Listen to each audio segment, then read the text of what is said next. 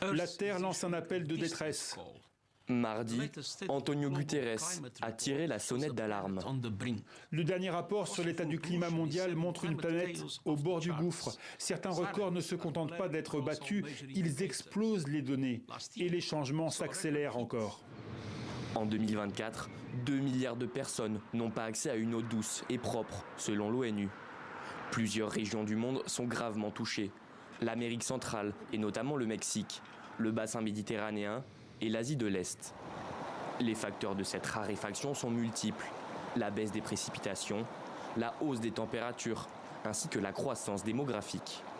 En février dernier, plusieurs quartiers de Mexico et ses 20 millions d'habitants ont dû être ravitaillés par des camions-citernes.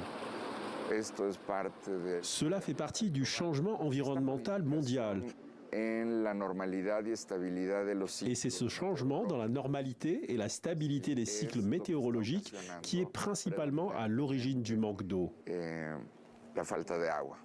Le manque a transformé l'eau en une question géopolitique.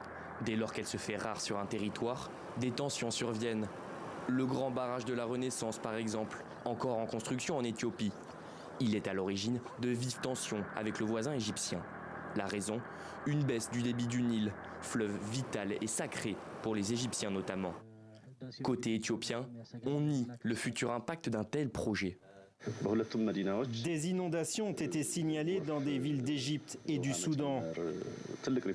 Cela montre que la construction du barrage de la Renaissance ne nuira pas aux peuples égyptiens et soudanais. À l'horizon 2050, le manque d'eau devrait toucher 5 milliards d'êtres humains.